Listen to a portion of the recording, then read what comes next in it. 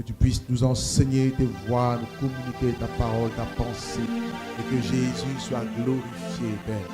Nous abandonnons entre tes mains, nous abandonnons nos cœurs, nos pensées, nous abandonnons, Seigneur, mon Dieu, la vie de chaque personne, et laisse que ton nom soit encore béni. Dans le nom merveilleux de Jésus, d'avoir ainsi prié. Amen.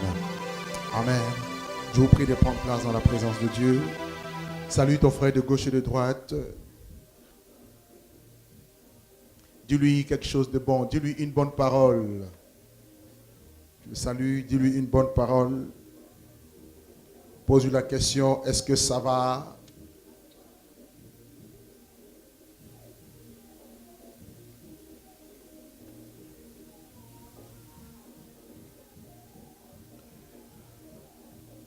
Bénissons Dieu pour sa grâce, bénissons Dieu pour sa parole.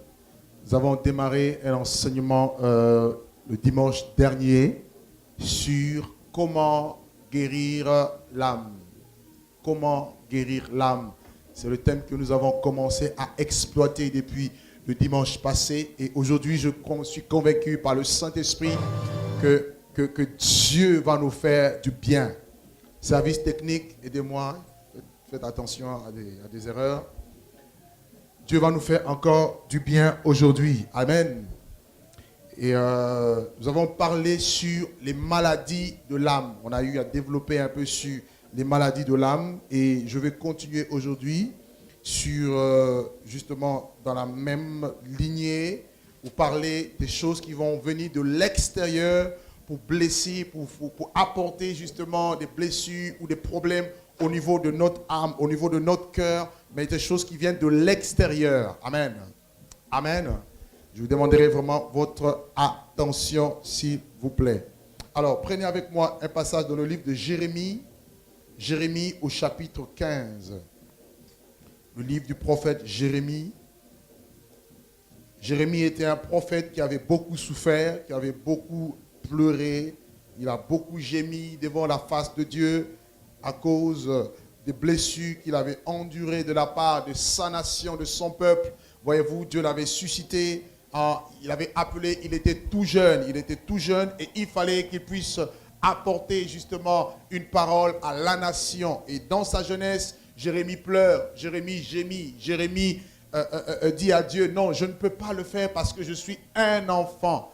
Et Dieu lui dira, ne dis pas que je suis un enfant, que tu es un enfant, car tu iras auprès de qui? Auprès de ceux auprès de qui je t'enverrai, d'une part, et de l'autre côté, Dieu dira à Jérémie, ils te feront la guerre, mais ils ne te vaincront pas, car je serai avec toi pour te délivrer. Jérémie a connu beaucoup de blessures, son cœur a été beaucoup blessé, de la part de sa nation, de la part même des prophètes contemporains qui étaient à son époque, tout ça à cause du message qu'il portait. Quelquefois, il peut arriver, si vous êtes messager ou messagère de Dieu, il faut vous attendre à beaucoup de souffrances, à beaucoup d'épreuves, à beaucoup de blessures. Mais ceci ne doit pas vous freiner dans votre élan, ni dans votre ministère, dans votre marche.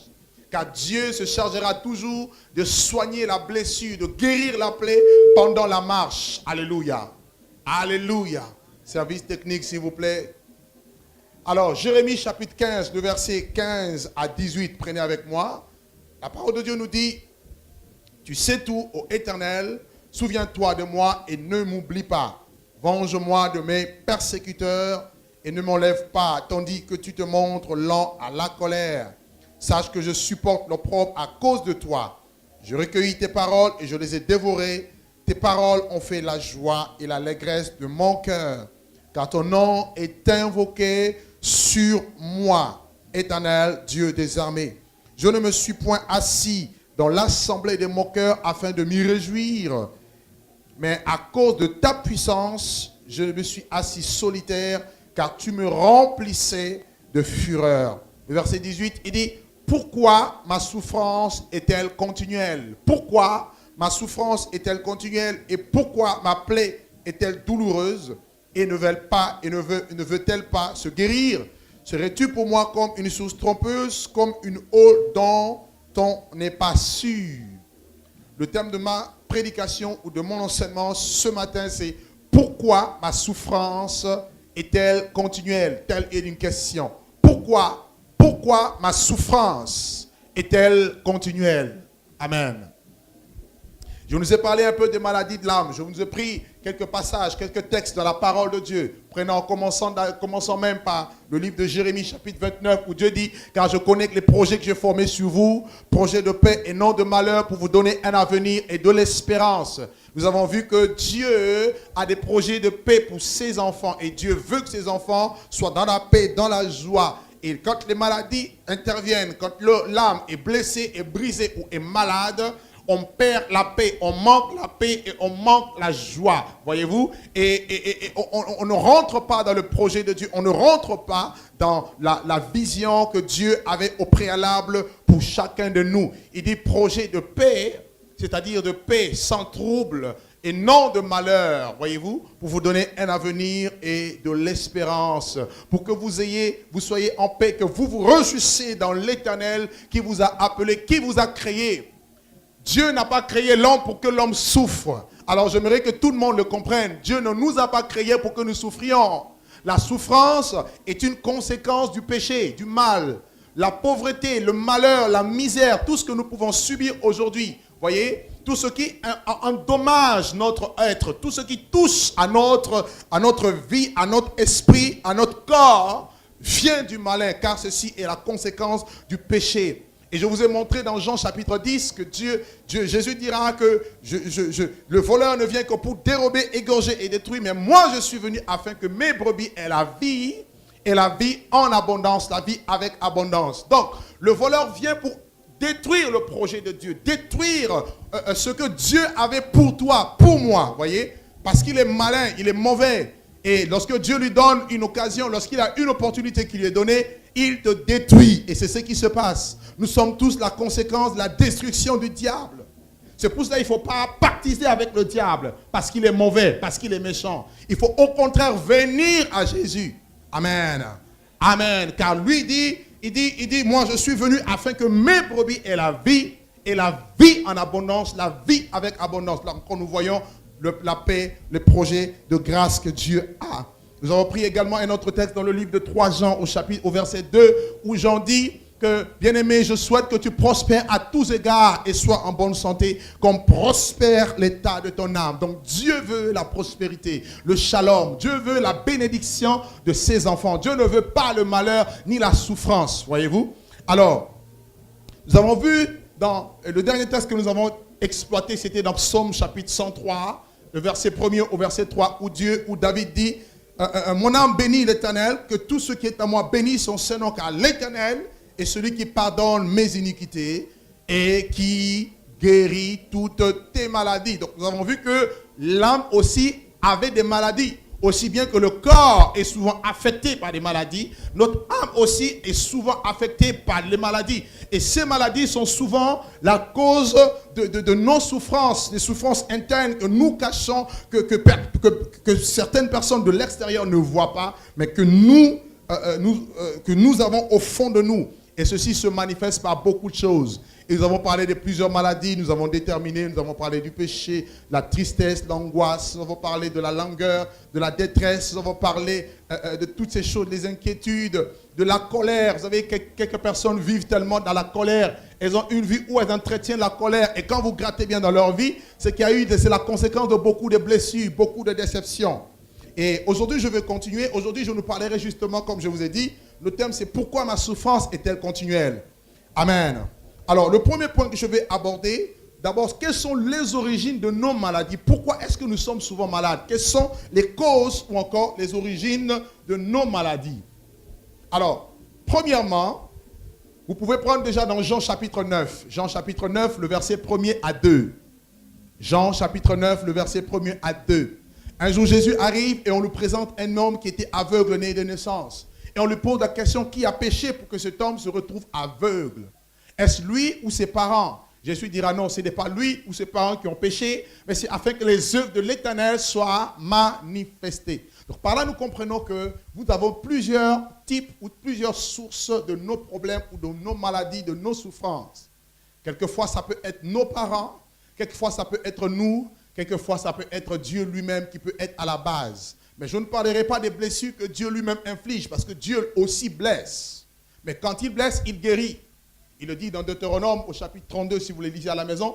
Deutéronome 32, il dit, je suis celui qui blesse et qui guérit. Donc Dieu blesse et Dieu guérit. Si vous êtes serviteur de Dieu, si vous êtes appelé à servir Dieu, vous ne rentrerez jamais dans l'appel de Dieu, dans le ministère, dans le service de Dieu, sans qu'au préalable, Dieu ne vous ait blessé. Il va d'abord vous blesser, il va d'abord vous écraser, vous humilier, afin que lui-même, de par cette mort, vous ressuscite et vous élève avec lui. Mais ça, c'est la blessure de Dieu. Je ne parlerai pas de cela. Je veux parler de ceux qui viennent d'autre part que de Dieu. Vous voyez, des maladies qui viennent d'autre part que de Dieu. Et la première source de maladie, vous voyez, j'ai parlé, donc, je donnais le passage de Jean, chapitre 9, le verset 1 à 2. Vous allez noter, grand 1, notre propre personnalité. Souvent, nous sommes malades parce que notre propre personnalité a été affectée. Notre vie, notre caractère, notre manière d'être, notre façon de faire les choses a été plutôt affectée. Pourquoi? Parce que ça a été certainement le résultat de plusieurs aspects qui ont façonné notre fonctionnement ou même notre vécu. Lorsqu'une personne qui a vécu dans un contexte difficile, il se forge un caractère, il se forge une manière de faire, de fonctionner, même une vision de choses qui peut même être erronée, mais elle préfère être dans ce cocon. Pourquoi? À cause de son parcours. Amen. Amen. Je vais m'expliquer tout à l'heure. Donc, dans la personnalité, je vais prendre le premier point, le premier sous-point. Je vais parler de l'aspect héréditaire. Nous avons des maladies que nous traînons avec nous, des maladies de l'âme, tout simplement parce que nous les avons héritées de nos pères ou de nos mères, dans notre famille. Amen. Parce que nos parents ont péché, parce que nos parents ont ouvert des portes, parce que nos parents avaient des sales caractères, voilà que nous reproduisons ce qu'ils ont eu comme caractère. D'ailleurs, le monde d'ailleurs le dit. Tel père, tel fils, telle mère, telle fille. Pourquoi? Parce que la malédiction va de parent à enfant, jusqu'à la 4e génération. Prenez Exode chapitre 20. Exode 20, où la Bible nous parle des 10 commandements. La Bible nous parle de Dieu dit qu'il punit la malédiction, qu'il punit plutôt l'iniquité des pères sur les enfants jusqu'à la 3e et jusqu'à la 4e génération. J'en parlerai un autre jour de la malédiction par rapport à l'arbre de la malédiction, de génération en génération, qui fait que nous traînons avec nous un bagage, un héritage, mais qui n'est pas l'héritage de Dieu et qui nous amène beaucoup d'ennuis et beaucoup de soucis. Ce n'est pas de cela que je vais parler. Alléluia. Alléluia. Prenez avec moi Ézéchiel chapitre 18. Ézéchiel chapitre 18, nous prenons le verset 1er au verset 2. Ézéchiel chapitre 18, le verset 1er au verset 2. La Bible dit, la parole de l'Éternel me fut adressée en ces mots. Pourquoi dites-vous ce proverbe dans le pays d'Israël? Les pères ont mangé des raisins verts et les dents des enfants ont été agacées. Suivez bien, hein? Ézéchiel chapitre 18, le verset 1er à 2. La Bible dit que les pères ont mangé des raisins, mais ce sont les enfants, les dents des enfants qui ont été agacées. Vous voyez? Nos pères ont fait des choses. Nos parents ont fait des alliances. Nos parents, n'est-ce pas, sont rentrés dans des cercles. Nos parents ont fait des choses qui n'ont pas donné gloire à Dieu, mais c'est nous qui payons la conséquence de leurs actes. Attention mes frères, attention mes sœurs. Dans tout acte que vous posez et que nous posons, parce que ceci a toujours des répercussions dans la génération future. Amen. Ce que vous faites aujourd'hui, si vous ne payez pas l'iniquité, la faute, vous ne payez pas, je dirais, cette punition, ce sont vos enfants qui payeront. Parce que ceci est un principe spirituel. Peut-être que vous aussi vous êtes là, il y a des choses que vous traînez avec vous, vous ne savez pas pourquoi. Peut-être au fond de vous, vous aimez Dieu, mais il y a toujours des choses qui vous amènent vers le bas, vers le bas, vers le bas. Vous n'arrivez pas à monter, à avancer. Essayez de regarder si ce n'est pas quelque part la conséquence de ce que nos parents ont fait. Amen. Amen.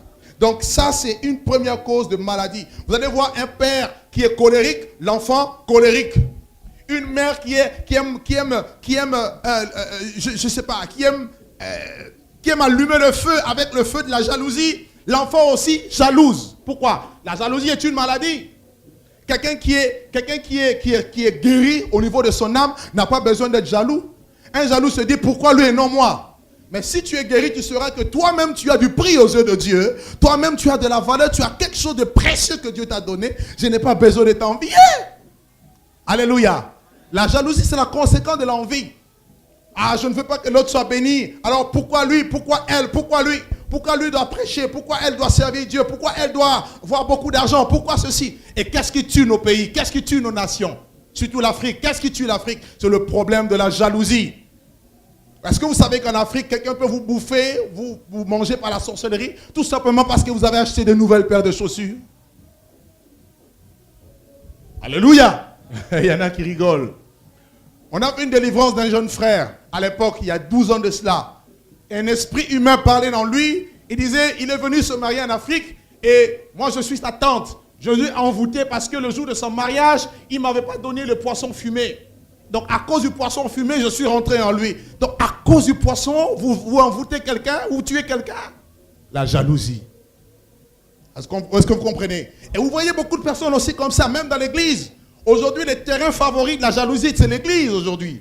Même dans l'église, vous avez des gens qui sont là, alléluia, ils peuvent chanter, te faire un sourire, mais au fond, il y a jalousie. Et ceci, ça peut être des liens. Ça peut être une maladie qui doit être guérie par la puissance de Dieu. Alléluia. Alléluia. Regarde ton voisin, dis-lui, tu seras guéri aujourd'hui. Amen. Vous lirez également Jérémie chapitre 31. Jérémie chapitre 31, le verset 29. Donc, nous avons des maladies que nous traînons par lien d'hérédité, de père à fils, de mère à fille. Tu reproduis textuellement le caractère de ta mère. Tu reproduis textuellement le caractère de ton père. Le mauvais côté, sache qu'il y a quelque part une maladie héréditaire au niveau de l'âme. Et ceci doit être cassé au nom de Jésus. Amen. Il faut que le cordon ombilical soit coupé. Quelqu'un m'entend?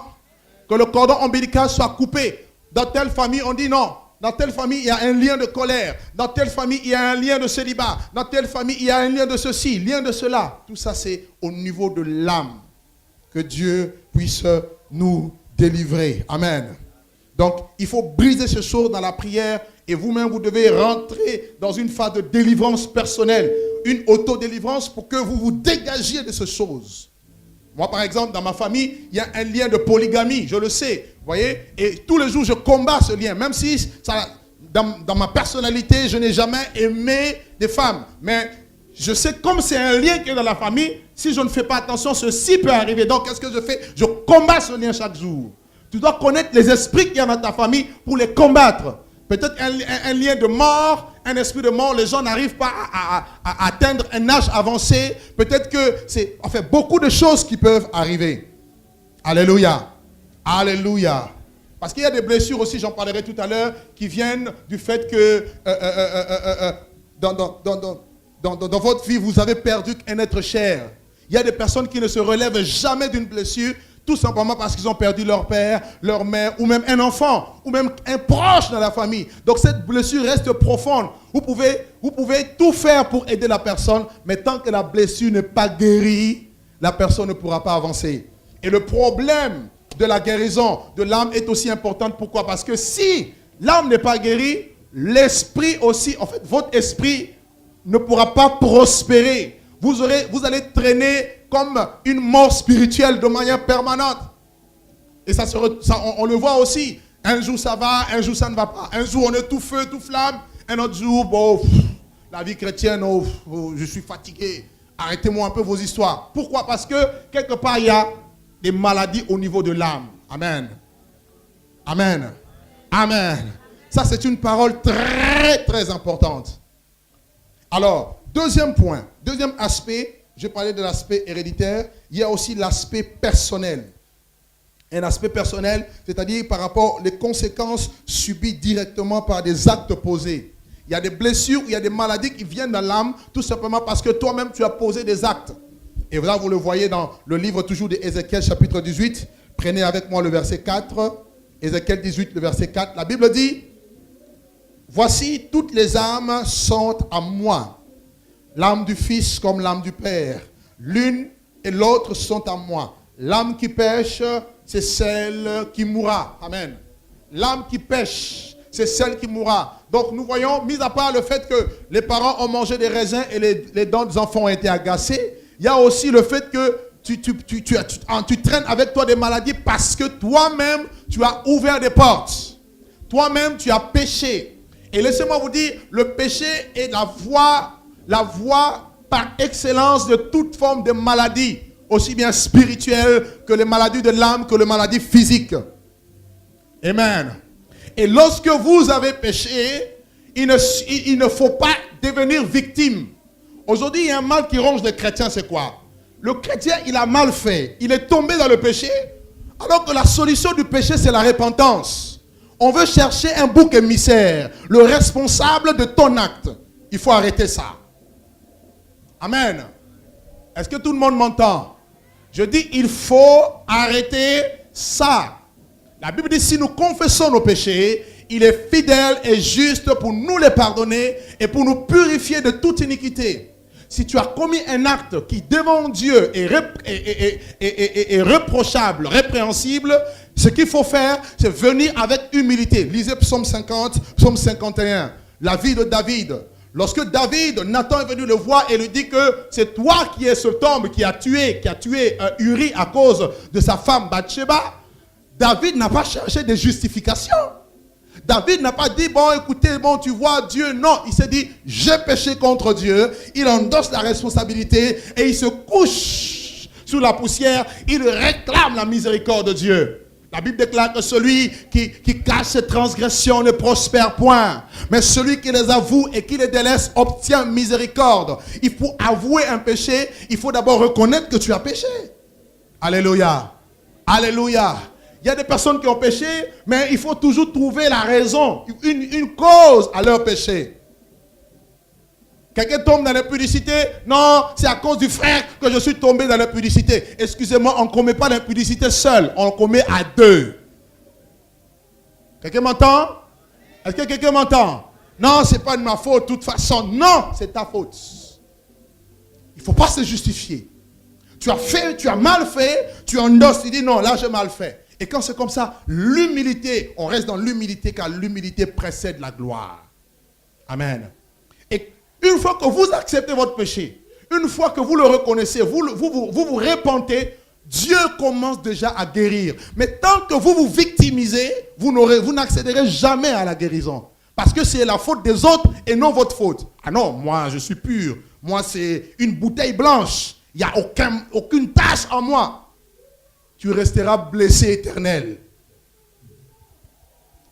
Amen. Et voilà comment dans l'église, nous avons des blessés éternels. Tu as fait ça, non, c'est pas moi, c'est elle, c'est elle. Et on n'avance pas, on fait du surplace. L'année passée, la même chose. Cette année, la même chose. 10 ans après, tu es toujours la même personne, sans progression, sans changement. Il y a un problème. Moi, je crois que les gens viennent au Seigneur tels qu'ils sont, avec leurs péchés, avec leurs problèmes, leur sale caractère. Et moi, je me dis, l'onction de Dieu sert à changer ces personnes. Amen. Nous devons changer, arriver à l'image de Jésus. Si hier j'étais sale, aujourd'hui je deviens propre, pur. Car l'œuvre de la croix est aussi puissante et suffisante pour ôter le péché et faire de moi une nouvelle créature. Quelqu'un de respectable, un vase d'honneur, sanctifié, utile et propre à toute bonne œuvre. C'est possible avec Dieu. Mais à la condition d'accepter déjà ces torts, de les reconnaître et d'abandonner. Et ça, c'est une décision que toi, tu dois prendre. Ce n'est pas quelqu'un de l'extérieur, mais c'est toi-même d'abord. Donc, c'est la guérison qui va commencer en toi. Amen. Et des personnes qui ont beaucoup souffert à cause de cela. La Bible dit dans le livre de Galates, au chapitre 6, vous allez noter Galates chapitre 6, le verset 7. La Bible dit que ce qu'un homme, on ne se moque pas de Dieu, ce qu'un homme aura semé, il le moissonnera aussi. Donc les choses, c'est des fois que nous vivons aujourd'hui, c'est rien d'autre que nous ne faisons que récolter des choses que nous-mêmes, des actes que nous avons nous-mêmes posés. Vous voyez, des choses que nous avons semées et nous récoltons, c'est justement la conséquence. Vous voyez? Donc il y a un autre problème aussi qui empêche la guérison, justement sur l'aspect personnel. C'est ce qu'on appelle la rancœur ou encore la rancune. Et ça, j'aimerais toucher cet aspect, la rancœur ou la rancune. Il y a beaucoup de personnes, voire même des chrétiens, qui ont un problème de rancœur lorsque leur cœur est fermé. Voyez, la rancœur c'est quoi? La rancœur c'est la difficulté à pardonner.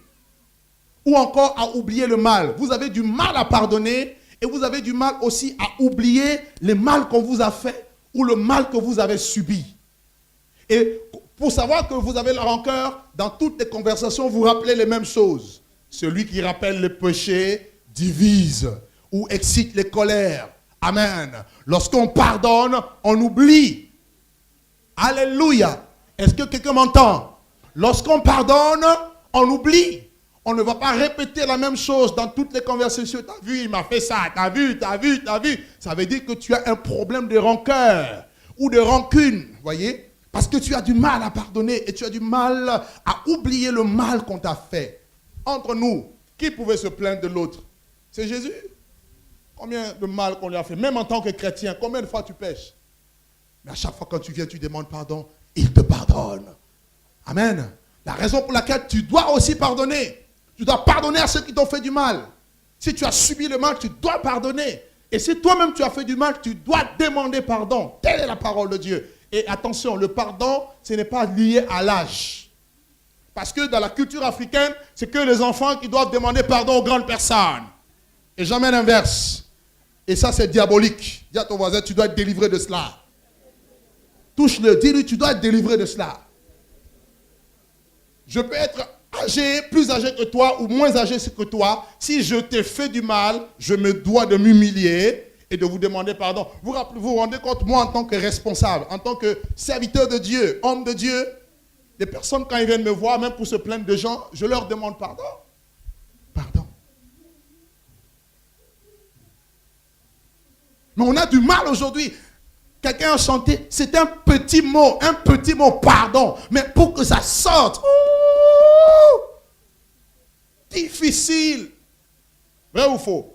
La preuve, même un enfant, quand il fait une bêtise, je dis, mais il faut demander pardon. L'enfant boude. Dis pardon à ton frère. Non. Mais un petit... Et le diable aime ça. L'offense est une arme cachée du diable. Lorsque dans l'église, les hommes et les femmes ont du mal à pardonner, si même dans votre famille, les gens vous ont fait du mal, vous avez du mal à vous pardonner, le diable règne, vous donnez accès à l'ennemi. Mais lorsque vous pardonnez, c'est la preuve d'amour. Et quand il y a l'amour, le diable ne peut pas régner là où il y a l'amour. Parce qu'il est haine. Quelqu'un m'entend? Est-ce que quelqu'un m'entend? Alors la deuxième cause, j'ai parlé de la première cause, c'est quoi le grand point? La personnalité. Deuxième grand point, les mauvaises compagnies. Les mauvaises compagnies aussi sont aussi la cause de beaucoup de nos blessures. Et vous verrez qu'aujourd'hui, à cause de mauvaises compagnies, beaucoup de personnes préfèrent rester seules. Alléluia. Beaucoup de personnes préfèrent rester seules. Non, je veux rester seul dans mon coin, j'évite des problèmes. Vrai ou faux? Non, répondez-moi, vrai ou faux? Parce que si je marche avec tel problème, telle relation, problème, ah non, j'en ai assez de problèmes, je préfère rester seul. Et ce n'est pas la solution. Non, non, non, non, non. La Bible dit que l'homme prudent voit le mal et il se cache, c'est vrai. Quand tu vois le mal arriver, quand tu vois que tu as affaire à une personne qui est conflictuelle, il faut l'éviter. Comme moi, je connais un pasteur, il est tellement conflictuel. Alors je dis, je préfère me cacher. Je préfère me retirer pour être seul. Oui, ça oui. Mais tu ne peux pas fuir tout le monde.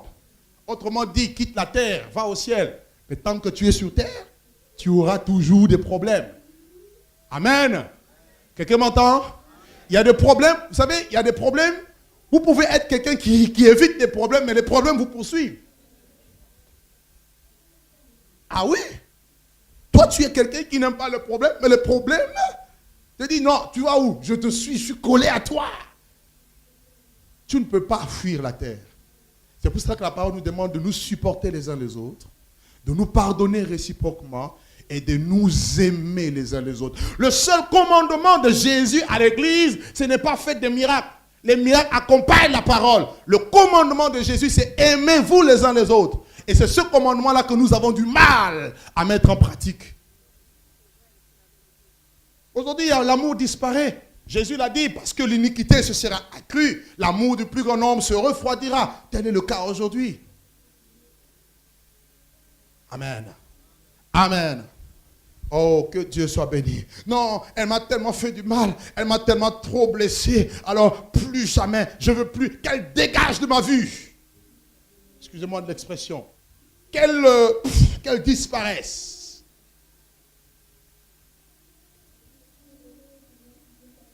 Mais le problème, c'est que quand tu vas aller au marché, tu vas la croiser. Tu crois, Jésus est Seigneur. J'ai vu, mais je n'ai pas vu. Ah non, dis à ton voisin, ce n'est pas ça l'amour. Dis-lui, touche-le comme ça. Ce n'est pas ça l'amour.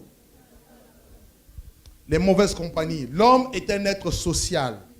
Dieu nous a créés pour que nous suivions en société. Dieu ne nous a pas créés pour que nous soyons seuls. La solitude tue.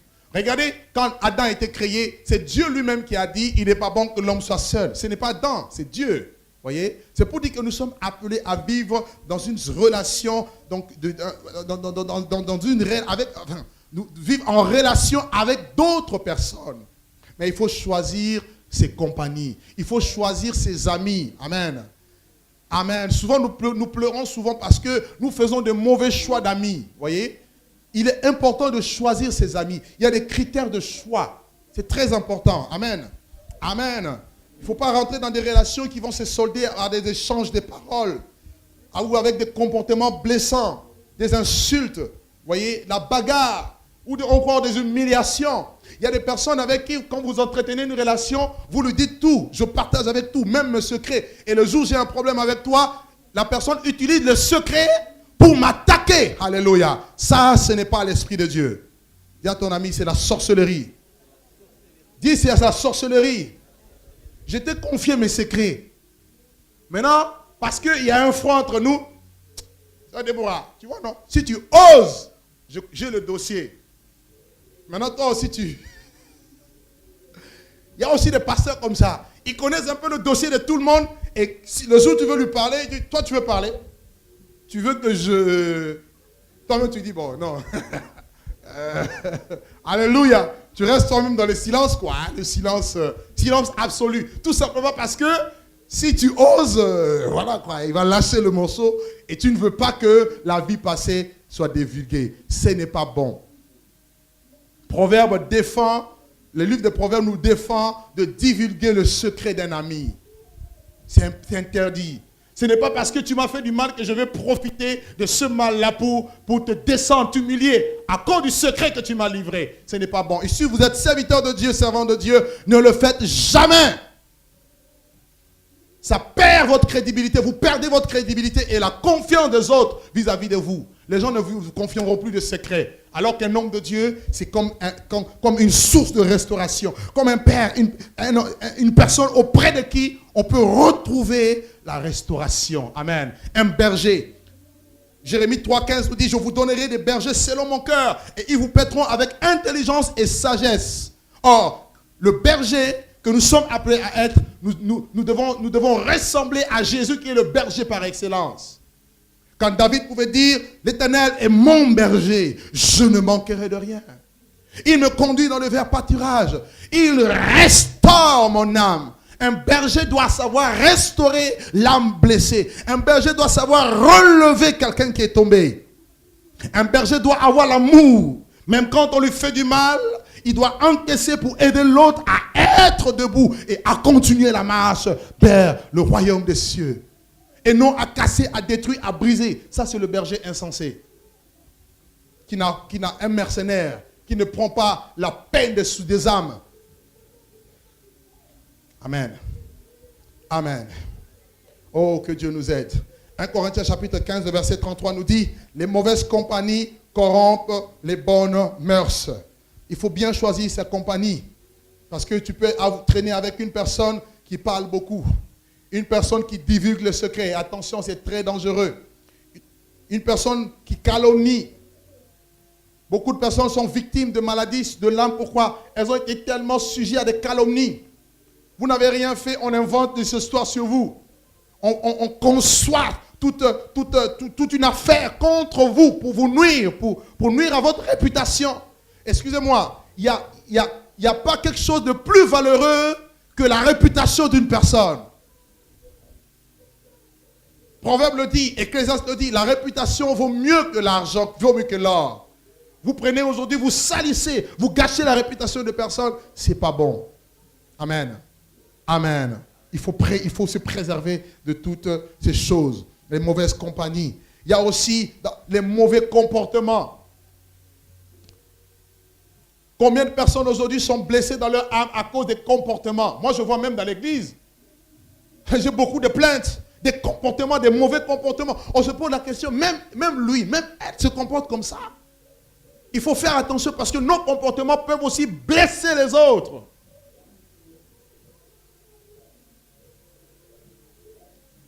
Ça peut blesser. Vous venez à l'église, vous ne vous dites pas bonjour. Tu salues deux frères, deux, trois, je saute l'autre parce que j'ai un problème, je te saute. Ça, c'est pas chrétien. Alléluia. Aujourd'hui, je m'attends à ce que vous ne répondez pas.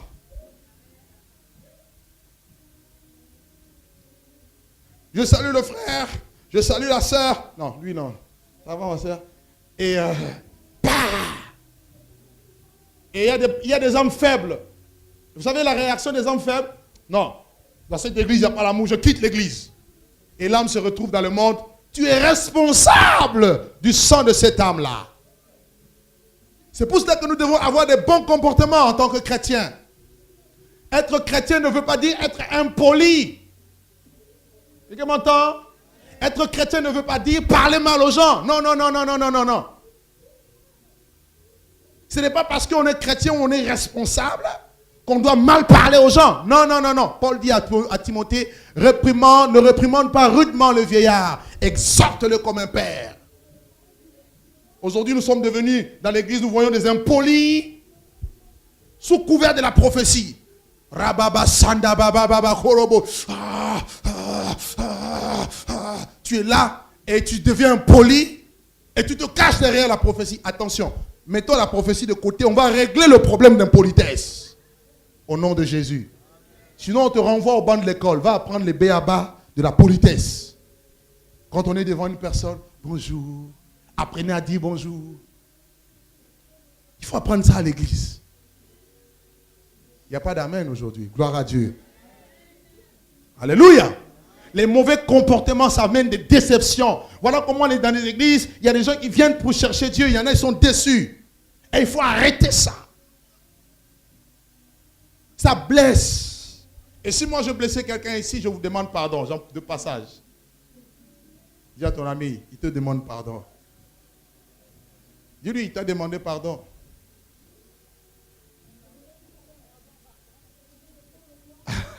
Alléluia. C'est important, hein? C'est important. Le mauvais comportement. Il y a des personnes, je parle ici des mauvaises compagnies, il y a des personnes qui sont aussi blessées à cause des fausses prophéties.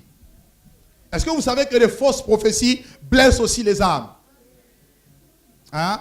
Lisez Jérémie 7, Jérémie 8, vous allez comprendre. Lisez Jérémie 23, où Dieu parle des plaies. Les fausses prophéties. Dieu dit répands-toi. Mais moi je te dis non. Si je lui dis à la sœur de se repentir, c'est elle qui soutient l'église. Hein? Si je dis répands-toi, elle va partir et l'argent va partir. Non, non, non, non, non. On ne réfléchit pas avec Dieu. Si tu es dans le péché, même si tu es le plus grand donateur, répands-toi. Si tu préfères quitter parce que je te dis la vérité, fais comme tu l'entends. Mais je te dirai la vérité qui est source de son salut, le salut de ton âme. Est-ce que vous me suivez? Alors, je vais demander à ceux qui ont des chewing-gums, s'il vous plaît, mettez-le de côté. Que Dieu vous bénisse. Pas sous la chaise, hein? De côté. Amen. Gloire à Dieu.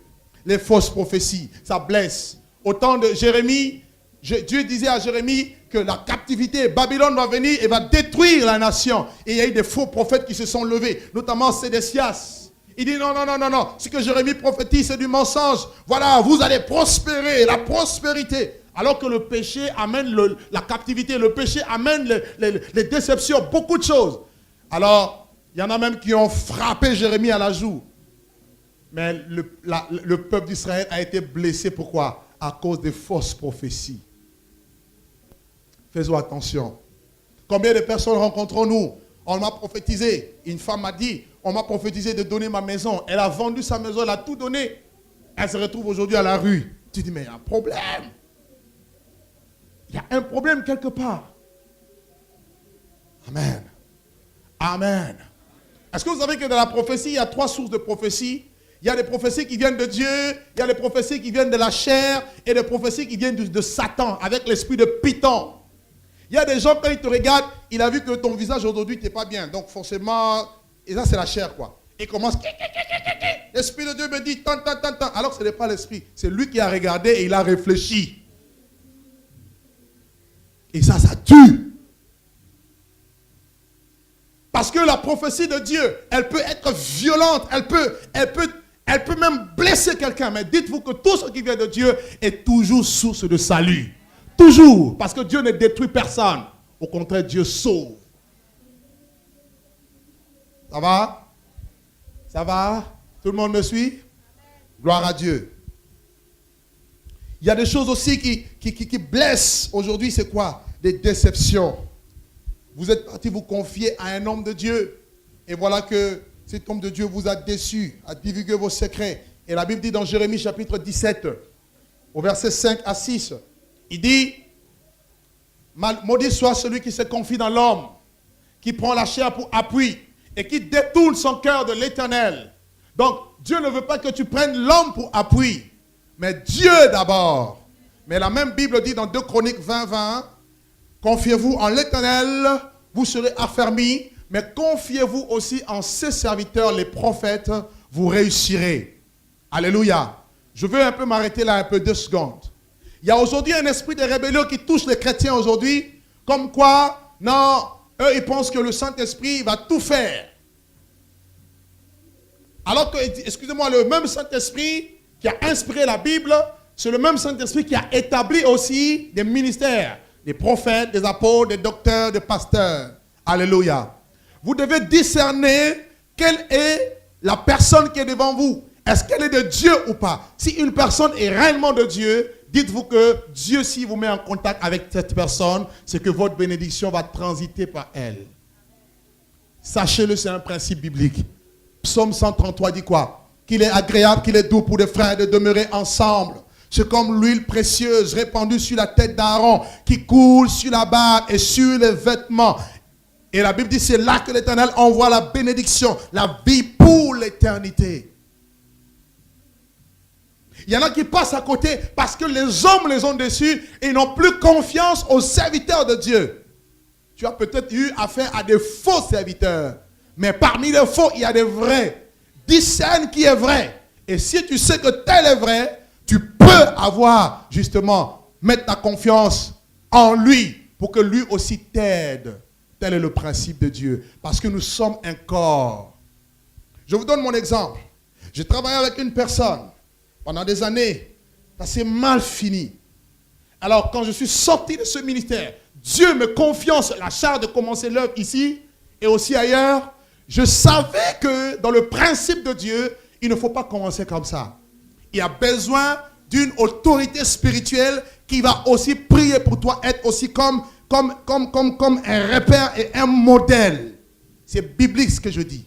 Vous le voyez avec Jésus et Jean-Baptiste. Jésus n'avait pas besoin de Jean-Baptiste. Mais lorsque Jésus a été envoyé, il est d'abord allé voir Jean-Baptiste. Il fallait que Jean le baptise. Quand il vient voir Jean, Jean refuse. Jésus dit non, laissons faire ce qui est convenable. Jésus s'est soumis à l'autorité de Jean. Voilà comment lorsque Jean a baptisé Jésus, le ciel s'est ouvert. Si vous voulez que votre ciel s'ouvre, vous devez aussi savoir vers qui aller, vers quelle autorité spirituelle. C'est très important. Je ne sais pas pourquoi j'en parle, je n'avais pas prévu cela. C'est très important pour que votre ciel soit ouvert. On a commencé à la maison. L'église était encore toute jeune. Je crois, ça faisait un peu 2 mois, 2-3 mois. Nous sommes allés à Paris et je suis allé en Afrique. La personne que Dieu m'avait révélée, d'où même je commençais ma vie chrétienne. On a prié pour moi devant une église de 7000 personnes. On m'a recommandé à la grâce de Dieu. On m'a dit, bah, une prophétie est sortie, bah. J'ai même refusé l'appel apostolique tellement que j'étais blessé. une prophétie sort et dit, tu es un apôtre de Dieu. Tu dois aller faire le travail de l'apostolat. J'ai dit, ah, même quand on fuit cette affaire, ça te suit. Et une personne auprès de qui je rends compte. Quoique Dieu m'a appelé, quand il m'a appelé, j'étais seul. Quand il m'a demandé de le faire, j'étais seul. Mais dans le principe de Dieu, je connais ce principe. Ce n'est pas parce qu'une autorité spirituelle m'a déçu que je dois me fermer maintenant au principe de Dieu. Voilà le piège de la déception. Quand on est déçu, on se ferme à tout, alors que c'est dangereux. Quelqu'un m'entend? Est-ce que quelqu'un m'entend? Gloire à Dieu. Vous aurez l'occasion de le voir. D'ici le mois de juin, plaise à Dieu, il sera avec nous, avec l'apôtre Peter. Parce que c'est le principe de Dieu. Et vous verrez, la plupart des ministères ont compris cela. Béni-in, tant d'autres, même s'il y en a qui sont de faux, il y en a qui ont compris qu'il y a besoin de ce qu'on appelle le mentorship. Paul, Dieu l'appelle au ministère. Qu'est-ce que Paul fait? Paul va voir les colonnes. Avait-il besoin? Non. Mais il est parti voir les colonnes pour qu'ils prient pour lui. Il lui tend la main d'association pour la mission. Alléluia. Alléluia. C'est très important. Que Dieu soit béni. Les déceptions. Il y a un autre fait qui amène des blessures parmi les chrétiens, parmi les enfants de Dieu ou des maladies de manière extérieure. C'est ce que j'appelle les scandales. Vous notez, hein? Les scandales. Combien de personnes aujourd'hui sont scandalisées? Dans Luc chapitre 17, le verset 1er, Luc chapitre 17, le verset 1er, Jésus dit, il est impossible, Jésus dit à ses disciples, il est impossible qu'il n'arrive pas de scandale, mais malheur à celui par qui ils arrivent. Donc que vous le vouliez ou pas, les scandales arrivent et arriveront toujours. Amen. Depuis le temps de Jésus jusqu'à présent. Mais Jésus dit, malheur par qui le scandale arrive. Et aujourd'hui, beaucoup de personnes sont blessées à cause des scandales. Beaucoup de scandales aujourd'hui, même parmi, je veux beaucoup me focaliser par l'église, sur l'église, à cause des chrétiens, à cause même des leaders. Combien de personnes ne veulent plus prier? À cause des pasteurs, à cause des conducteurs, à cause même des frères et sœurs. L'adultère est rentré dans l'église. La fornication est rentrée dans l'église. L'impudicité est rentrée dans l'église. La polygamie est rentrée dans l'église. Beaucoup ont été comme abusés sexuellement. Alléluia. Et voilà comment leur âme a été affectée. On est devenu comme des pierres d'achoppement. Et quand on est une pierre d'achoppement, forcément l'autre est blessé. Et je prie que je ne sois jamais une pierre d'achoppement pour qui que ce soit. Ça, c'est ma prière de chaque jour. Qu'une âme ne soit jamais blessée par ma main. Jamais. Parce que je connais la valeur d'une âme. Tu as des points avec moi? Séparons-nous en paix. Va en paix. Mais qu'il n'y ait pas amertume, qu'il n'y ait pas conflit entre nous. Parce qu'une âme a du prix aux yeux de Dieu. C'est pour une âme que Jésus est venu. Dieu a tellement aimé le monde qu'il a donné son Fils unique Jésus. Alors pourquoi prendrais-je les armes pour lesquelles Jésus est mort à la croix et les briser à nouveau? Paul disait aux anciens d'Éphèse, prenez garde à tout le troupeau sur lequel le Saint-Esprit vous a établi pour paître l'église de Dieu qui s'est acquise par son propre sang. Jésus a versé son sang pour acquérir l'église. Et il y en a aujourd'hui qui prennent l'église de Jésus et qui l'écrasent, qui commettent des scandales. Faisons attention. Amen. Les abus de pouvoir, ce que j'appelle l'autoritarisme. Parce que Dieu commence à te lever un peu à l'église, tu penses que tu es devenu, voilà quoi, tu veux commencer à écraser les gens. Non, non, non, non, non, non, non. Parce que Dieu t'a reconnu dans un ministère quelconque. Parce que tu chantes. Tu penses que non, tu es tellement spécial que Dieu... Non, écoute. Aussi bien que Dieu t'aime, il m'aime aussi pareillement. Vous m'entendez? Donc, le fait que tu chantes ici, ça ne fait pas de toi quelqu'un de spécial. Le fait que je vous prêche la parole ne fait pas de moi quelqu'un d'extraordinaire pour écraser les gens. Non. Et combien de personnes sont écrasées comme ça? Elles n'ont pas le droit de parole, tout ça pourquoi? Parce qu'il y a un abus de pouvoir quelque part. C'est pourquoi j'interdis à toutes les personnes ici, même si vous êtes dans un service quelconque, on n'utilise pas sa position pour écraser les gens. Et il faut l'ordre et la discipline au nom de Jésus. Alléluia. Alléluia.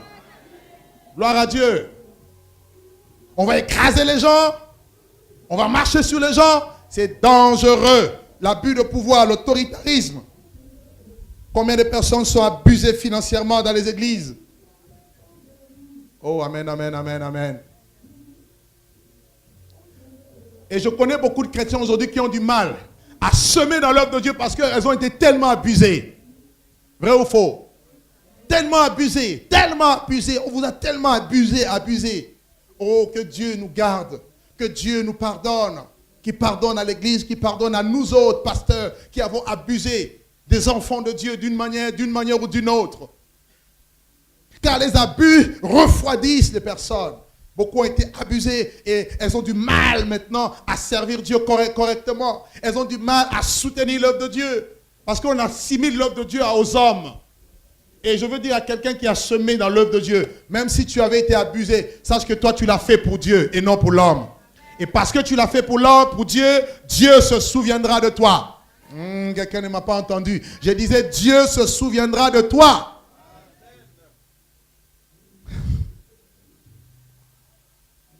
Amen. Oh, que Dieu nous aide.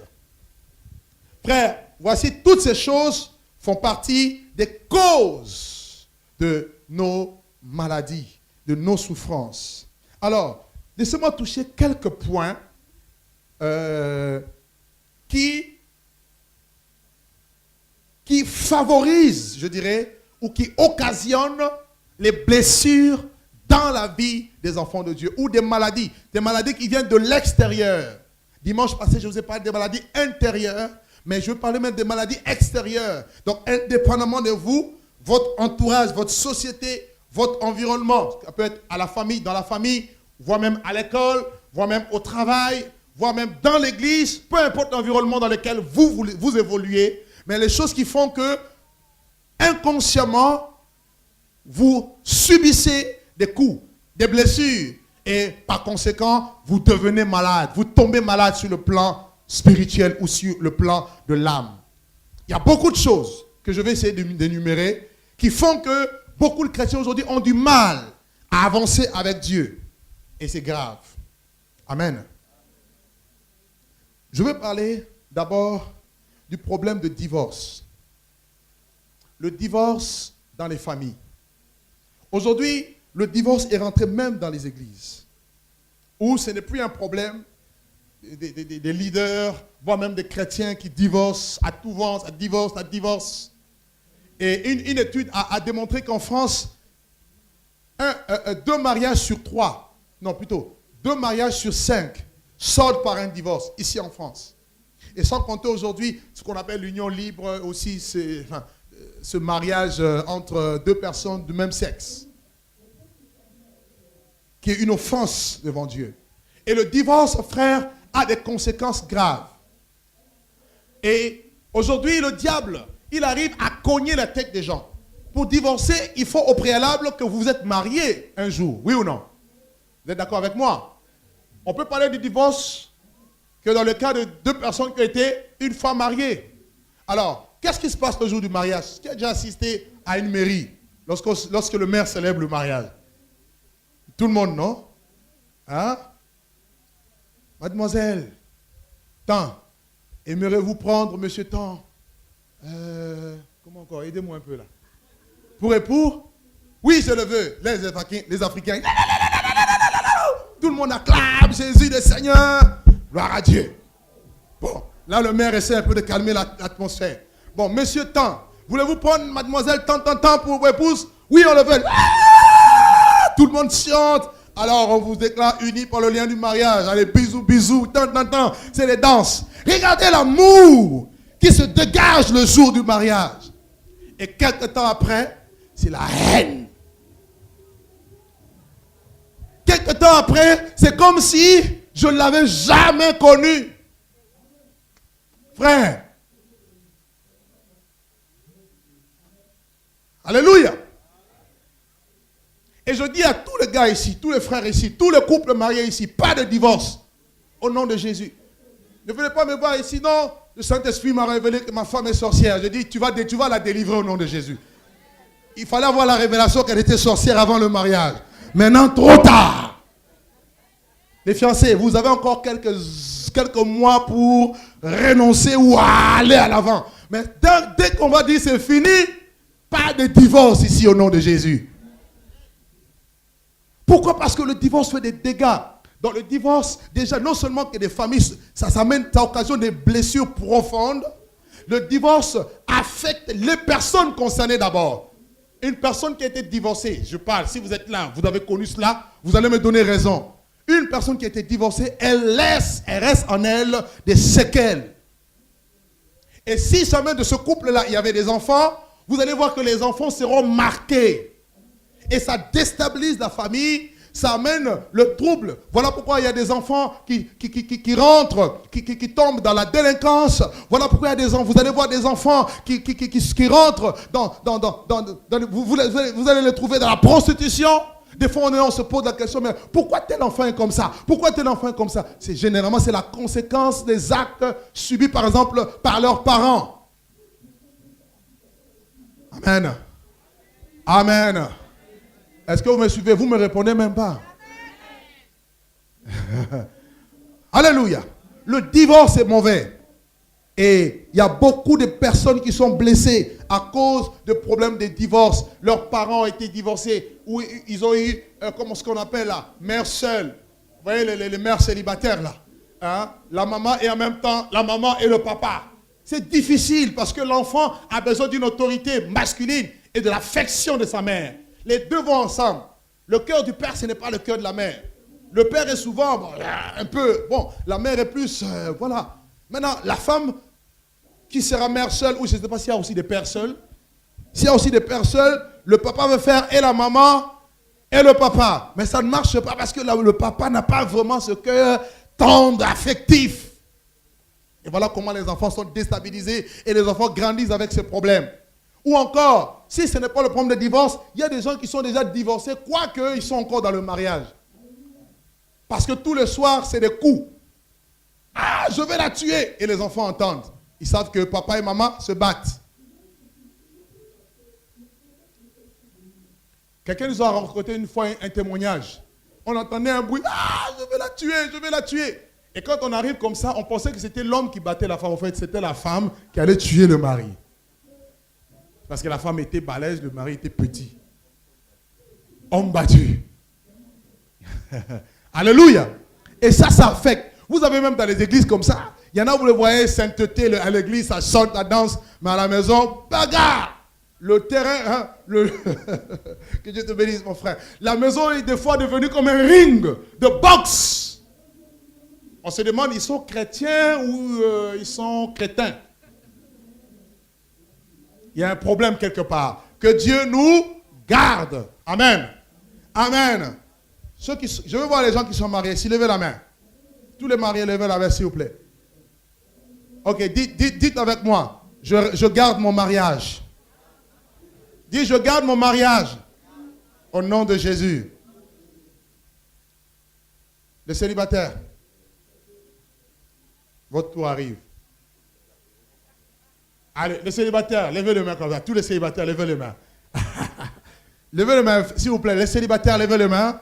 Dis, je garderai mon mariage. Ah, mais vous êtes célibataire. Levez les mains. Ah. Dis, je garderai mon mariage. Au nom de Jésus. Est-ce que quelqu'un m'entend? Non, que Dieu soit béni. Allons un peu vite parce que le temps court.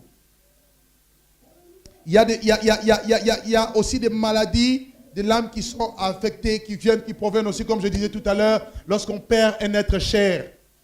Lorsqu'on est orphelin, orpheline, veuve.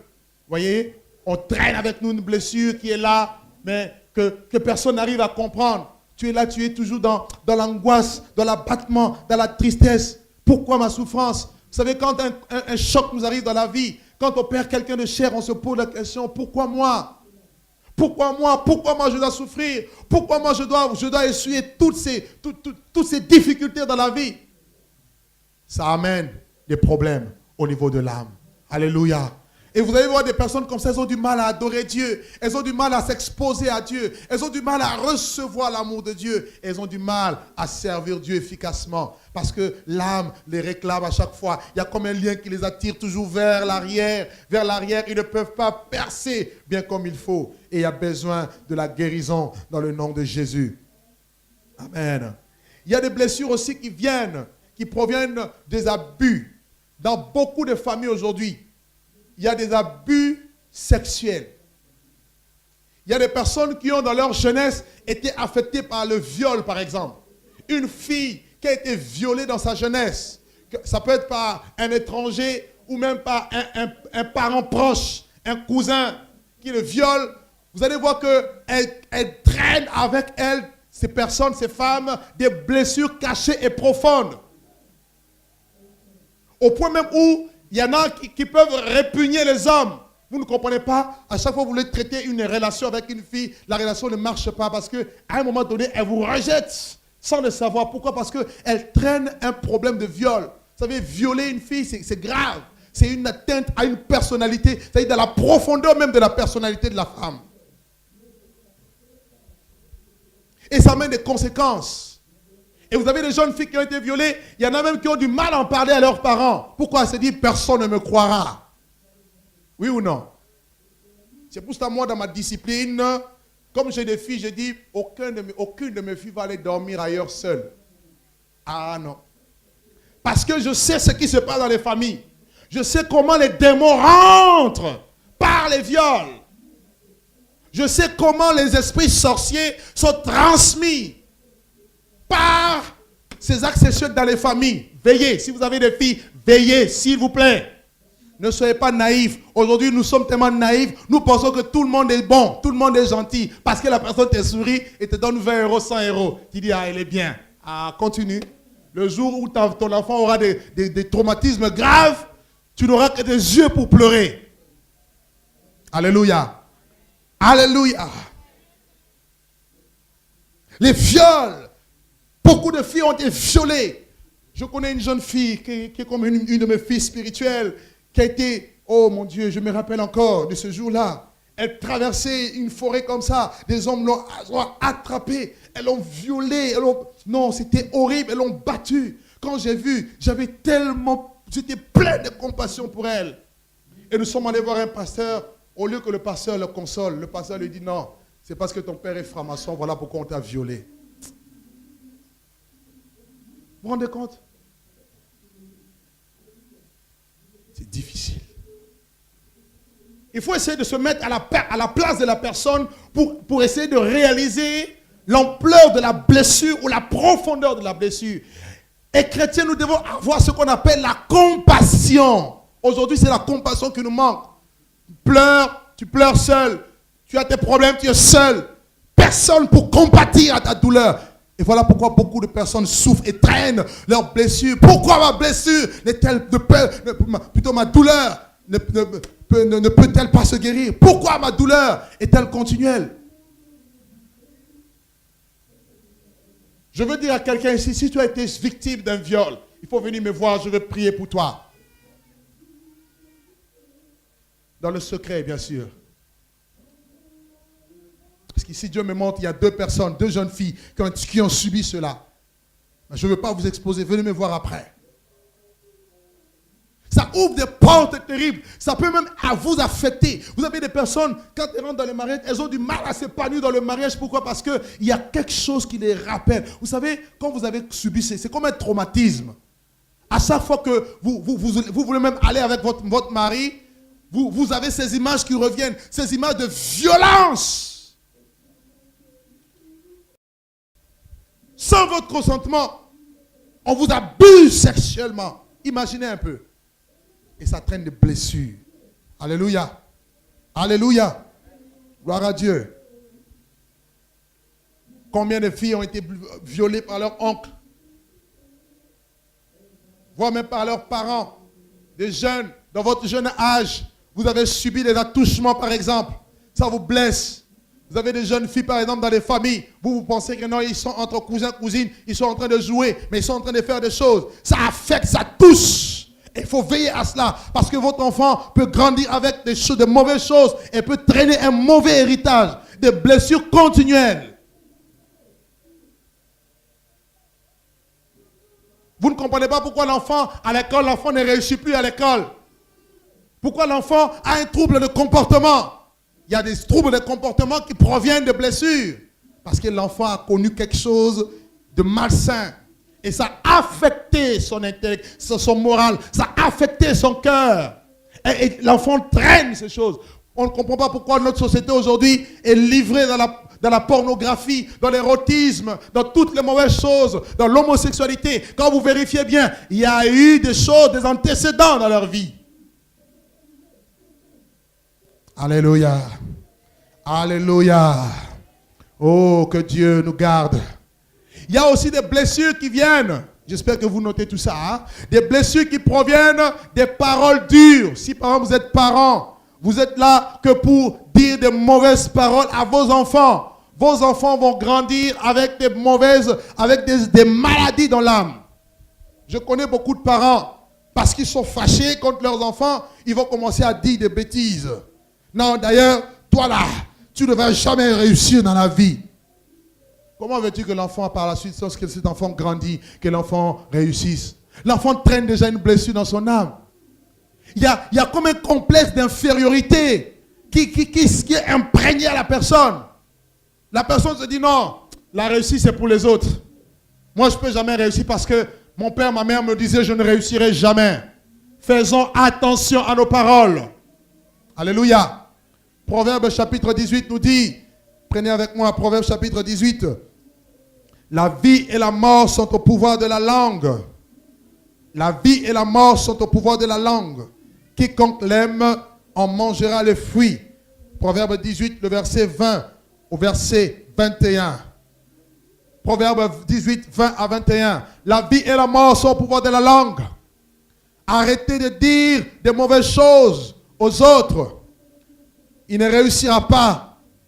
De toute façon, tu n'es qu'un idiot. Excusez-moi l'expression. Et tu rentres ton enfant, tu réduis ton enfant, tu réduis ton frère, tu réduis ta soeur.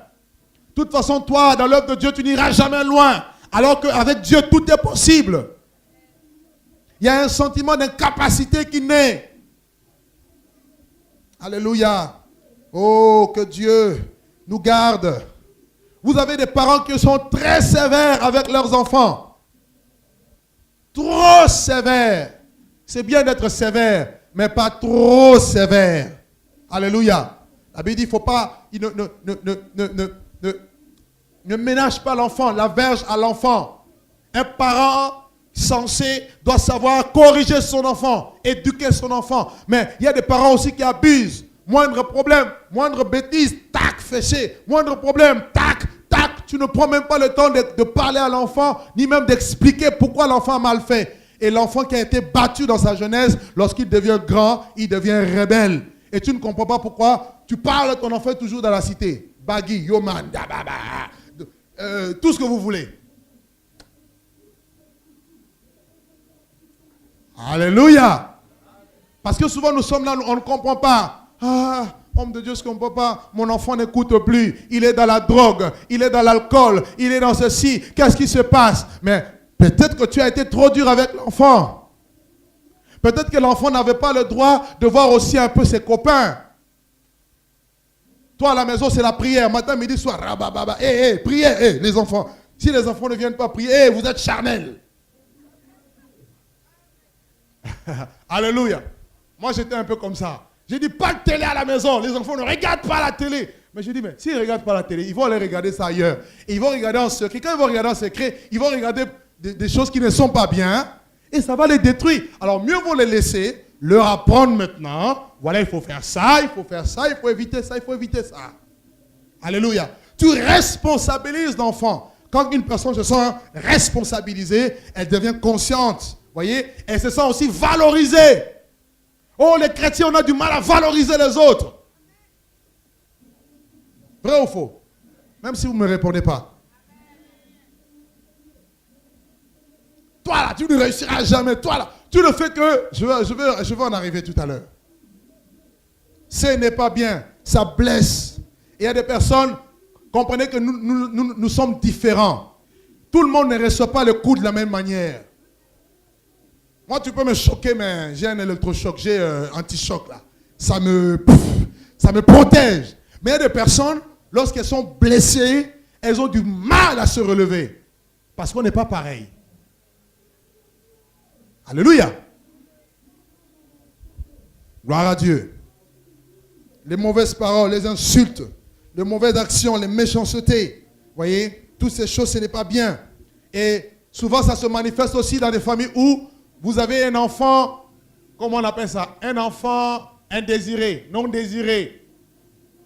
Le couple attendait un garçon et voilà qu'ils ont une fille. Vous repoussez l'enfant.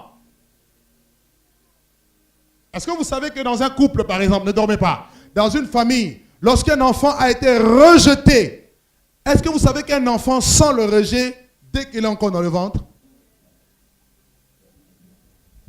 Bibliquement, c'est démontré. Psychologiquement, c'est démontré. Un enfant qui était rejeté parce qu'il était un enfant indésirable. Un enfant qu'on n'a pas désiré. Un enfant qu'on a voulu même avorter. Cet enfant-là va ressentir ce rejet. Alléluia. Moi, je me suis dit, j'aurai 2 enfants. Au-delà de 2, maintenant, voilà que tu as 5. Alléluia. Et ça va se manifester dans les attitudes. Les enfants peuvent sentir l'affection, tout comme le rejet. Vous n'avez pas besoin de le dire. Ils peuvent le sentir. Alléluia. Et faisons attention en tant que parents. Même dans l'église, on peut sentir lorsqu'on est rejeté. Il y a des personnes, même si vous ne leur montrez pas, dans votre attitude, elles sentent que vous les rejetez. Et ce n'est pas bien. Et l'amour veut qu'on accueille tout le monde. Il n'y a pas d'amen? Il faut accueillir tout le monde. Même les gens, même les sorciers. Si on t'a dit que lui est le sorcier. Ah mon frère, sorcier, mais je t'aime. Viens m'embrasser un peu. Tu n'es pas sorcier, viens, viens. Dis-lui. Non, parce qu'il y en a, ils vont penser que tu es sorcier. Ah, je t'aime, mon frère. Alléluia. Alléluia. Les églises aujourd'hui, c'est devenu certaines, hein, le lieu où tout le monde se méfie de tout le monde. Ah, on ne sait pas. Hein? Non, moi je dis, si tu te méfies de tout le monde, c'est que toi-même tu as un problème. Tu sais pourquoi? Est-ce que tu sais pourquoi? Jésus a dit quoi? Je vous envoie comme des brebis au milieu des loups. Si tu es un enfant de Dieu, tu dois savoir que tu as un esprit supérieur, que l'ennemi ne peut pas te bouffer. Si tu as peur d'être bouffé, c'est que peut-être que tu as une porte ouverte. Alléluia. On ne me répond pas. Le frère va rendre visite à une autre famille. On lui présente à manger parce que je soupçonne. Non, je suis en jeûne. Non, là, ce n'est pas le moment de jeûner. Quand vous jeûnez, n'allez pas faire des visites. Quand vous allez faire des visites, c'est pour prendre tout ce qu'on vous donne. Quelqu'un peut dire amen avec moi? Non, un grand amen avec moi? Tu me fais un bon colombo là. Je mange bien même comme il faut au nom de Jésus. Alléluia. Je sais de quoi je parle. Je parle mais en général. N'ayons pas peur. Moi, je n'ai pas peur. Même si on me dit, elle, c'est une sorcière. Oh, fais-moi un bon poulet, là. Mais oh, tu as mis le poison. C'est pas grave. La Bible dit quoi? Ils boiront de breuvages mortels. Il ne leur fera aucun mal. Hein? Oh, Yolande, tu as mis le poison. Yolande, je viens sur toi. Le plat que tu m'as fait, là. Au nom de Jésus. Je mange bien même. C'est-à-dire même, c'est quand il y a la soupe, là, je prends avec mon doigt comme ça. Pour te prouver que j'ai bien mangé. Alléluia. C'est pour vous dire que ayez confiance en Dieu. Si un enfant de Dieu est touché, c'est que cet enfant de Dieu a ouvert des portes. Croyez-moi. N'ayons pas peur. N'ayons pas peur. Amen. Ça va? Que Dieu soit béni. Oh, le temps est parti. Alors, notez quelques points rapidement. Je ne vais pas trop m'éterniser là-dessus parce qu'il y a tellement de choses à dire. Oh là là, Seigneur, aide-nous. Alors, quelles sont les autres choses qui amènent les blessures ou les maladies dans l'âme? Vous avez le rejet. Notez, le rejet. Le rejet. Le rejet, ça amène les blessures dans l'âme. Le rejet, c'est le fait de ne pas agréer ou de rejeter une personne. La personne n'est pas bienvenue. Vous voyez? Voilà. 1 Pierre chapitre 2, versets 4 à 5. 1 Pierre 2, 4 à 5. La Bible dit que approchez-vous de Jésus, pierre vivante qui a été rejetée par les hommes, mais choisie et précieuse devant Dieu. Si vous avez subi le rejet, sachez qu'il y a quelqu'un qui a été rejeté, qui vous aime et qui vous appelle. Il s'appelle Jésus. Amen. Amen. Lui seul, en lui seul, vous pouvez retrouver la confiance, l'amour, l'affection. Deuxième chose, la deuxième chose qui peut aussi entraîner, les causes extérieures qui peuvent entraîner les blessures de l'âme, vous avez aussi ce qu'on appelle la trahison.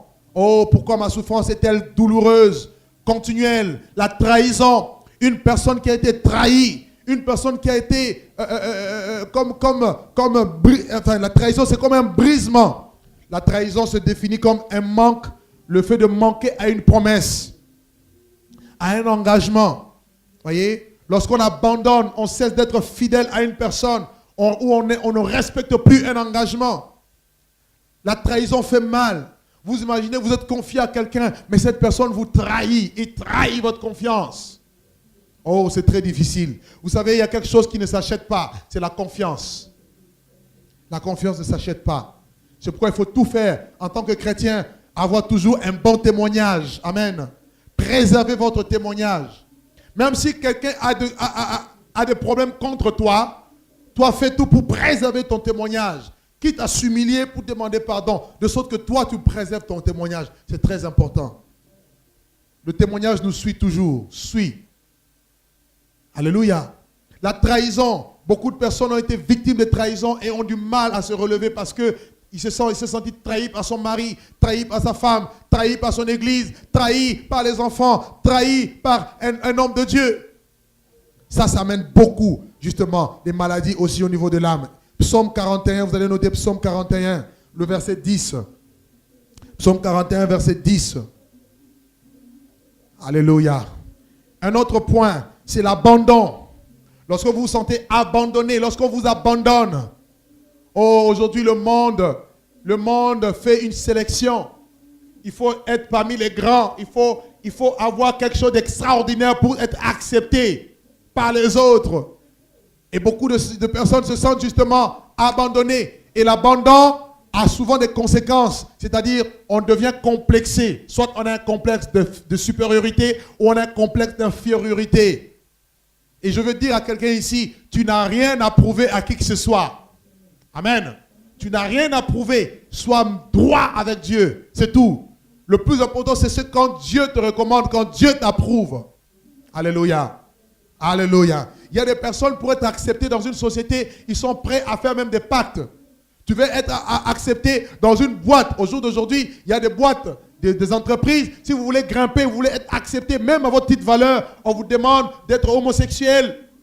La plupart des grands footballeurs que vous voyez, les grands qui ont des renoms, ceux qui ont la renommée, la plupart d'entre eux sont des grands, ils sont dans l'homosexualité. Il y en a qui ont signé des pactes avec le diable pour sacrifier les hommes dans la famille.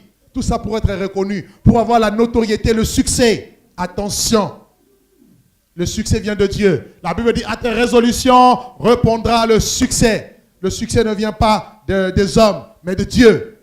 Amen. Amen. Autre chose qui peut entraîner les maladies dans l'âme, c'est quoi? C'est l'humiliation. L'humiliation. L'humiliation, c'est un acte ou une situation qui humilie. Humilier quelqu'un, c'est quoi? Humilier quelqu'un, c'est le rabaisser. Humilier, c'est rabaisser quelqu'un en le faisant apparaître comme inférieur, méprisable, indigne de la valeur qu'on lui accordait. Admettons que les hommes avaient l'habitude de vous respecter. Oh, une femme de Dieu, une femme de valeur, quelqu'un vraiment qui a du prix aux yeux de Dieu.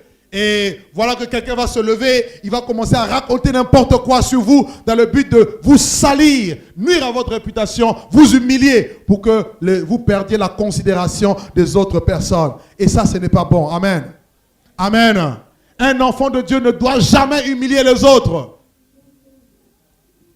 Même quand ton frère a tort, même quand il a mal fait, n'humilie pas. Alléluia. Alléluia. Oh, vous ne me répondez pas. L'humiliation est le contraire de l'humilité. L'humilité, c'est le fait de se rabaisser soi-même. Mais l'humiliation, c'est lorsque une autre personne te rabaisse. Dieu aime l'humilité. Lorsque l'homme s'humilie, afin que Dieu le lève. Mais dans l'humiliation, il y a souvent des fausses accusations, des faux témoignages dans le but de vous nuire. Tout ça, ça blesse. Je connais beaucoup de personnes aujourd'hui qui ont même abandonné le ministère parce que ces personnes ont été humiliées. On a raconté des faux témoignages sur eux. Comme quoi, ils sont partis avec des femmes, ils ont pris l'argent des gens, alors que ces choses étaient fausses. Et voilà comment ils ont perdu la main de Dieu. Alors je veux dire à quelqu'un, même si tu as été humilié, sache que Jésus n'humilie personne. Alléluia. Jésus est prêt à te relever, même de l'humiliation dans laquelle les hommes t'avaient placé. Oh, il est plein d'amour. Il est plein d'amour pour une âme qui a été humiliée. Peut-être dans ta famille, tu as été humilié parce que tu as eu un enfant en dehors du mariage. Parce qu'il y a eu une situation qui est arrivée. Même si tu as été humilié par les hommes, je veux dire à quelqu'un ici, Dieu t'aime et Dieu veut te relever et te donner la valeur, une juste valeur à ses yeux. Amen. Amen. Amen. Oh, autre chose qui amène les blessures dans l'âme, l'injustice. L'injustice. Oh, combien de personnes ont un sentiment d'injustice. On a l'impression ces personnes ont l'impression qu'elles ont été maltraitées. Oh, quand il est toujours question de vous, vous n'avez la faveur de personne. Ça blesse. L'injustice. Lorsqu'on est injuste, on est partial. On prend des partis pris. Et j'interdis à l'église d'avoir des partis pris. J'interdis à l'église, toutes les églises, je veux dire, je parle aux églises du monde entier, d'avoir des clans. Voilà ce qui tue les églises aujourd'hui, des clans. Les Français avec les Français, les Congolais avec les Congolais, les Antillais avec les Antillais. Non, Dieu n'aime pas ça. Nous sommes tous un corps. S'il y a les Chinois qui viennent ici, parce qu'il y a des Chinois qui vont commencer à arriver, on va aussi les saluer. Ni han, ni hama, hein. Alléluia. Ça veut dire bonjour, comment ça va, merci. Je connais un peu, hein. Amen. Non, comme toi tu es jaune, non, tu ne te mélanges pas. Comme toi tu es de l'île de la Réunion, non, il n'y a pas de rapport entre l'île de la Réunion et la Martinique. Non, il n'y a pas de rapport entre Congolais de Brazzaville, Congolais de Kinshasa. Il n'y a pas de rapport entre Gabonais avec Camerounais, Antillais. Non! Nous sommes un. Je n'ai pas de rapport avec la race de vipère, oui. Quelqu'un m'entend? Est-ce que quelqu'un m'entend? Donc, quand, à la fin du culte, ne va pas dire bonjour seulement aux gens de ta race. Jésus, merci, nous sommes ici avec plus de 17 nationalités, ici, dans cette église. 17 nationalités. Alors, il faut qu'il y ait entente. Il y a des gens du Cap-Vert, il y a des gens de l'Angola. Tu vas dire quoi? Non, nous, non. Merci Jésus parce qu'il y a aussi des mariages mixtes. Tu n'es pas content? Alléluia. Évitons l'injustice. L'injustice, ça fait mal. Beaucoup de personnes ont subi l'injustice, par exemple, dans des familles où il y a eu la polygamie. Dans les familles où il y a la polygamie, un père qui a beaucoup de femmes, vous allez voir, les enfants ne sont pas toujours traités de la même manière. Et les enfants grandissent avec ces blessures. Elles ont du mal par la suite à aimer correctement ou à faire les choses de manière correcte. Pourquoi? Parce que l'injustice les a aussi rendus injustes. Est-ce que vous me comprenez? C'est très important. Oh, que Dieu nous aide. La Bible nous demande de ne pas faire du favoritisme. Vous allez noter Philippiens chapitre 2, versets 3 à 4. Philippiens chapitre 2, versets 3 à 4, où Paul dit de ne pas prendre parti.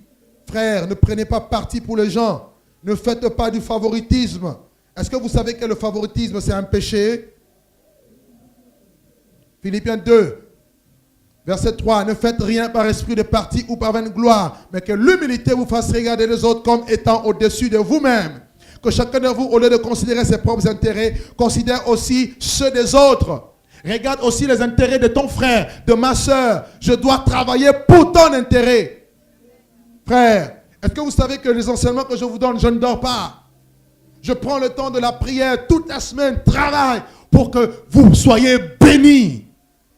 Je veux votre intérêt. Et toi aussi, tu dois chercher mon intérêt et l'intérêt du plus grand nombre. C'est ça être enfant de Dieu. Alléluia. Alléluia. C'est très important. Jacques chapitre 2 le dit. Ne faites pas de favoritisme. Si quelqu'un fait de favoritisme, il commet un péché. Jacques chapitre 2, Jacques juste après Hébreux, le verset 1er le dit. Mes frères, que votre foi en notre glorieux Seigneur Jésus soit exempte de tout favoritisme. Voyez? Et le verset 9 nous dit, mais si vous faites du favoritisme, vous commettez un péché et vous êtes condamnés par la loi comme transgresseurs. Il y a des personnes dont la souffrance est continuelle. La souffrance ne s'arrête pas toujours. Pourquoi? Parce qu'elles sont victimes d'injustice. Injustice raciale. Combien de personnes ont fait de grandes études, mais au niveau du travail, on n'arrive pas à vous reconnaître dans votre titre juste valeur. Vous avez toujours des petits postes. Les gens que vous formez vous dépassent. Mais vous êtes toujours en bas. Ça mène quoi? Un sentiment de révolte. L'injustice. Amen. Amen. Gloire à Dieu. Que Dieu soit béni. Un autre point qui amène aussi le manque, je dirais les blessures dans le cœur, les maladies dans l'âme, c'est la non-reconnaissance. Le manque de reconnaissance. Voyez? Oh, la gratitude. Aujourd'hui, nous vivons dans un monde qui n'est pas du tout reconnaissant. Oh, vous avez pris quelqu'un de nulle part. Vous l'avez aidé, vous l'avez encouragé, vous l'avez soutenu, vous l'avez béni, vous l'avez élevé. Et c'est la même personne qui se retourne contre vous. Oui ou non? Oh, ça amène des blessures profondes dans l'âme. Le manque de reconnaissance, l'ingratitude. Et Paul dit que dans la fin des temps, les hommes seront insensibles, ingrats, insensibles, déloyaux, calomniateurs. Oh frère, que Dieu nous garde. Apprenez à dire merci à un bienfait. Apprenez à dire merci à une personne qui vous a soutenu. Apprenez à être reconnaissant dans la vie. Et surtout dans l'œuvre de Dieu. Surtout dans le ministère. Quelqu'un qui vous a soutenu. Apprenez à être dans la gratitude envers cette personne. Amen. Amen. Oh, vous ne me répondez plus, vous êtes fatigué. Je disais la gratitude, la reconnaissance. La Bible dit soyez reconnaissants. Soyez reconnaissants. Oh, que Dieu nous garde et que Dieu nous bénisse. Amen. Dernière chose que j'aimerais toucher rapidement, c'est le dernier point qui amène aussi des blessures, c'est la maltraitance. Lorsqu'on vous maltraite, une personne qui est maltraitée traîne avec elle des blessures cachées. On le voit, la Bible en parle, il y a beaucoup de cas, par exemple, de cas d'esclavage. Les cas où vous vous sentez écrasé, vous êtes maltraité. Vous habitez, par exemple, chez quelqu'un, cette personne profite de vous, de votre générosité. Oh, combien de personnes, par exemple, en France, ici, on connaît, bien que je n'approuve pas cela. Tu arrives chez quelqu'un, la personne t'a donné par exemple sa carte pour aller travailler, ce qui est une fraude, il ne faut pas le faire. Vous travaillez, vous gagnez 1500 € et la personne vous donne que 600 € parce qu'elle prend tout le reste. Elle dit c'est ma carte, tu vas travailler avec ma carte. Tu vas aller parler auprès de qui? Parce que si tu l'accuses, c'est toi-même qui seras arrêté. Tu souffres. Et la souffrance en douce. Ah, pasteur, pourquoi ma souffrance est douloureuse? Pourquoi ma blessure est incurable? Pourquoi ma plaie est toujours vive? J'ai l'impression que c'est moi qui souffre parce que je suis maltraité. À gauche, maltraité. Dans la famille, maltraité. Oh, que Dieu nous garde.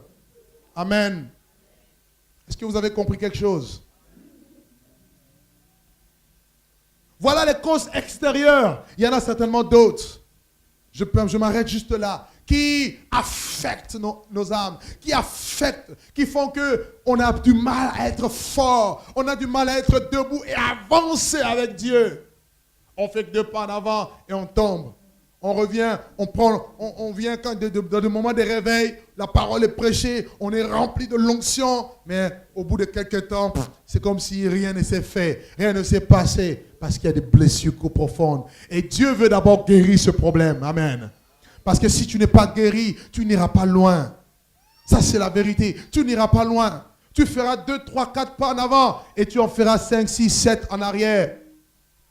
Voilà comment on tourne en rond. Voilà comment on ne perce pas. Voilà comment les chrétiens ont du mal à avancer. Et le diable sait, comme je le disais autrefois, le diable sait, voilà pourquoi il attaque l'homme à partir de l'âme. Parce qu'il sait que si ton âme est affectée, tout sera affecté. Ton travail sera affecté. Tes relations seront affectées. Ton ménage sera affecté. Voire même ta relation avec Dieu sera affectée. Voilà pourquoi il attaque l'âme. Mais aujourd'hui, nous disons stop au nom de Jésus. Quelqu'un peut faire avec moi comme ça, stop au nom de Jésus. Fais encore avec moi, stop au nom de Jésus. Encore stop au nom de Jésus. Un dernier verset et je clôture. Jérémie chapitre 17. Jérémie chapitre 17. Dimanche prochain, je terminerai et je prendrai le temps dans la prière maintenant. Et après, je laisserai la place justement à d'autres ministères qui vont clôturer l'enseignement sur la guérison de blessures et la veillée. On terminera le vendredi 28 février avec une nuit de prière avec un homme de Dieu qui nous vient de loin, qui va aussi nous apporter la parole de Dieu sur le même thème. Comme Dieu l'a inspiré, la guérison, comment guérir l'âme. Et l'âme est très importante. Jérémie chapitre 15, vous avez trouvé ? Jérémie 15, plutôt 17, excusez-moi. Jérémie chapitre 17, le verset 14. Je vais nous demander de nous lever, si nous pouvons tous ensemble nous lever, et nous allons lire cette parole à haute voix. La Bible dit que dans leur détresse, ils ont crié à l'Éternel, et l'Éternel envoya sa parole, et sa parole les guérit. Nous allons lire cette parole à haute voix, au nom de Jésus. Jérémie chapitre 17, le verset 15. Le verset 14, pardon. Nous lisons 1, 2, 3. Guéris-moi, Éternel, et je serai guéri. Sauve-moi, et je serai sauvé, car tu es ma gloire. Oh, tout le monde n'a pas trouvé. Jérémie chapitre 17, le verset 14. Jérémie 17, verset 14. Nous lisons tous à haute voix, s'il vous plaît. Nous le lisons tous à haute voix. 1, 2, 3. Guéris-moi, Éternel, et je serai guéri. Sauve-moi, et je serai sauvé, car tu es ma gloire. Amen. Éternel, tu es ma gloire. C'est toi qui relèves ma tête.